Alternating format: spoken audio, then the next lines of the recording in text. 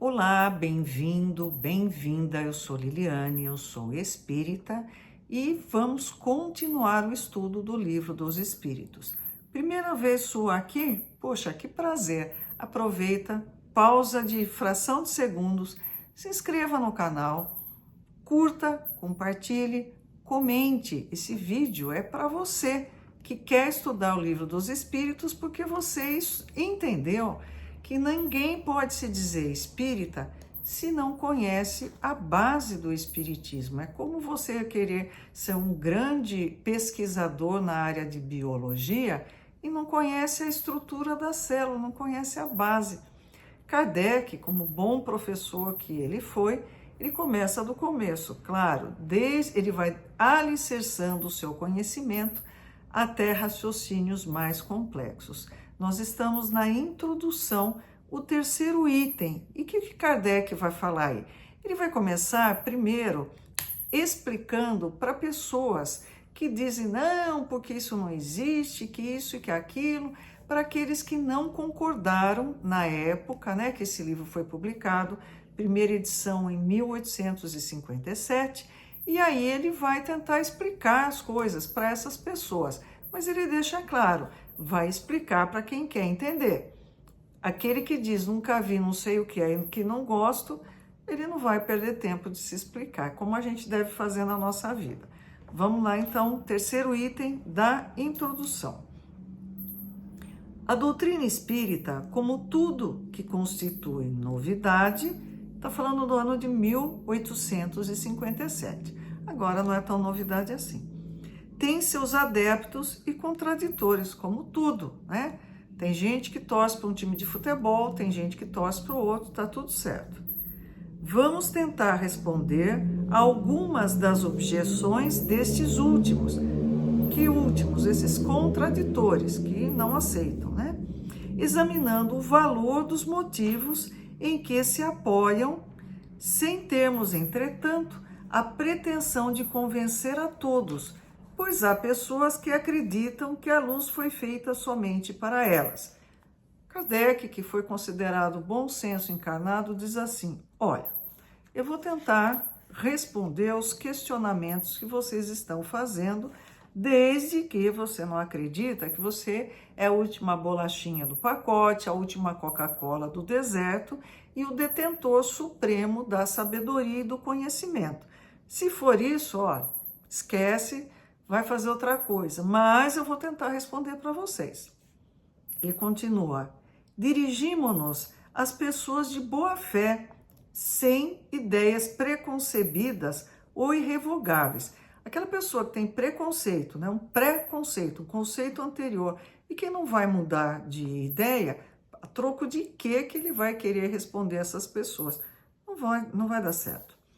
Mas, sinceramente, desejosas de se instruírem, e lhes demonstraremos que a maioria das objeções que fazem à doutrina provém da observação incompleta dos fatos e de um julgamento feito com muita leviandade e precipitação. Então ele está dizendo assim, olha, você que está mal informado, então vamos tentar esclarecer para que você tenha informações e faça o seu juízo de valor com fundamentação, não vozes da sua cabeça. Recordemos inicialmente, em poucas palavras, a série progressiva dos fenômenos que deram origem a esta doutrina. Então, ele recapitula, né? Porque não surgiu assim. Kardec sentou, vou escrever um livro que vai se chamar O Livro dos Espíritos. Vai ser fantástico, vai trazer informação que nunca ninguém trouxe, vai ser um estouro. Não.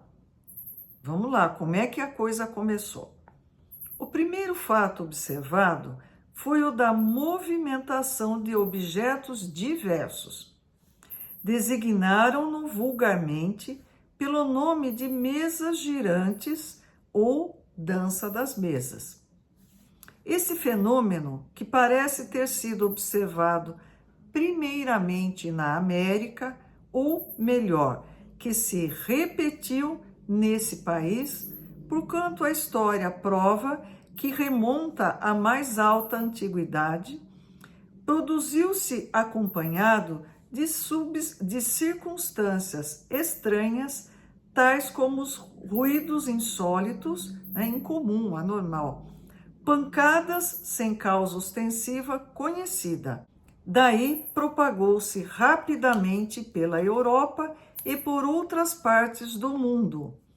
A princípio, provocou muita incredulidade, mas em breve a multiplicidade das experiências não mais permitiu que se duvidasse da sua realidade. Vamos fazer uma pausa aqui para a gente entender. Começo das ideias espíritas. Como é que aconteceu? Na cidade de Hydesville, nos Estados Unidos, existiam duas crianças, as irmãs Fox, que moravam numa casa com seus pais. Essa casa começou a apresentar barulhos, batidas, coisas caíam para o chão, um horror. Imagine isso, né, no século XIX. Aí todo mundo achando aquilo lá muito esquisito e sai de casa, dorme fora. E o que está acontecendo? É um barulho, ninguém sabia o que era. Criança, né, tem uma imaginação extremamente fértil. Do nada, uma delas das irmãzinhas Fox, teve ideia. Senhor fulano, né, senhor assombração, faz o que eu estou fazendo. Uma pancada, repetiu a pancada. Uma batida. E aí, quando os pais perceberam esse início primitivo de diálogo, elas começaram, né, falaram, vamos organizar a bagunça. Bate uma vez para a letra A, 2 vezes para a letra B, 3 para a letra C, assim sucessivamente. Resumindo, eles entenderam que foi um vendedor ambulante, um mascate, que tinha passado por aquela casa com outros moradores. Ele tinha um pouco de dinheiro, esse casal matou ele, enterrou ele no porão para poder ficar com o dinheiro e as mercadorias. Bom, piriri, parará, elas começaram a se apresentar, né, em teatros e coisa e tal, porque pensa bem, naquela época ninguém tinha nada o que fazer, ou trabalhava, e qual era a diversão? Sem Facebook, sem Instagram, sem YouTube, aí, né? Sem TikTok, que coisa mais monótona. Começaram a apresentar aquele espetáculo dessas irmãs com fenômenos que aconteciam.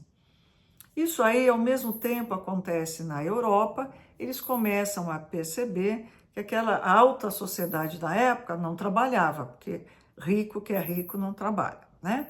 Então, eles não trabalhavam e procuravam ocasiões para lazer.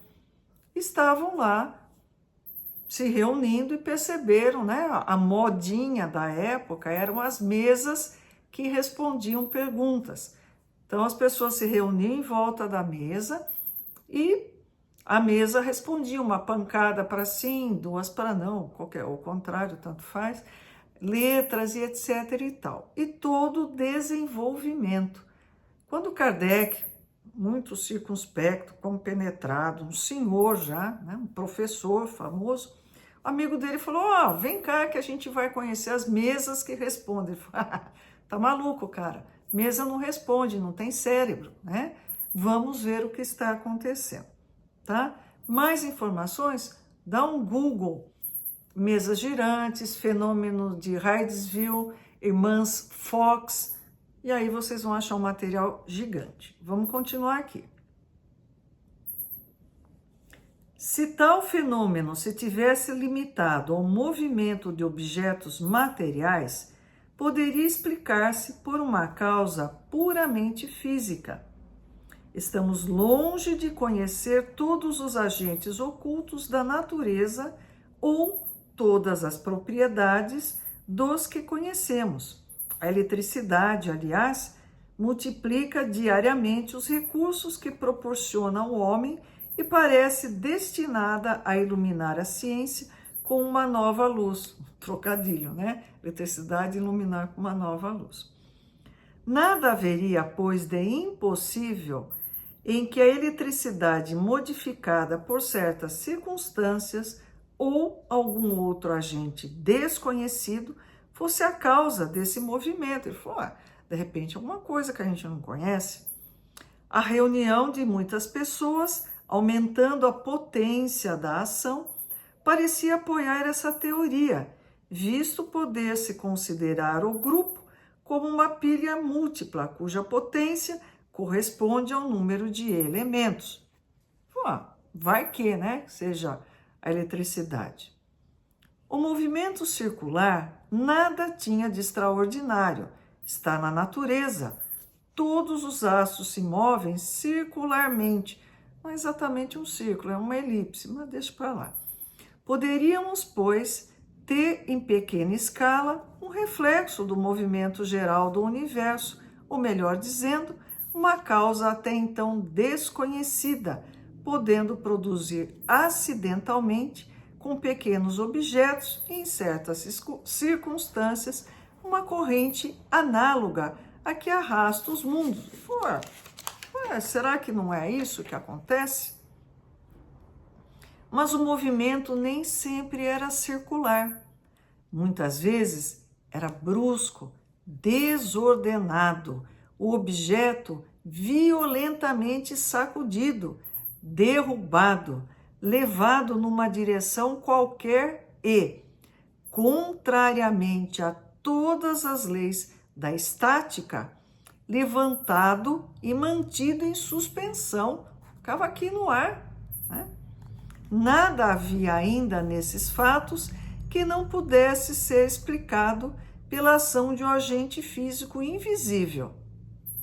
Não vemos a eletricidade derrubar edifícios, arrancar árvores, atirar longe os corpos mais pesados, atraí-los ou repeli-los?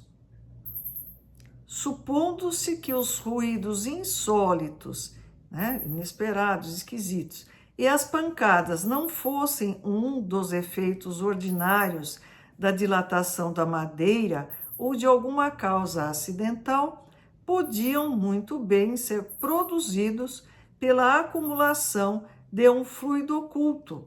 A eletricidade não produz os mais violentos ruídos. Então, Allan Kardec, antes de tudo, ele não ficou deslumbrado. Ele falou assim, será que é eletricidade? Será que é alguma coisa que a gente não conhece? O que está acontecendo aí? Que essa mesa está espinoteando para tudo quanto é lado, pula para lá, pula para cá, dá na parede, fica de ponta cabeça. O que está acontecendo aí? Ele não foi com uma ideia preconcebida, dizendo, eu tenho a solução para tudo, porque eu sou muito inteligente. Não, ele chegou lá de boa para observar e entender e pesquisar. Quer saber mais? Espere o próximo vídeo. Até mais!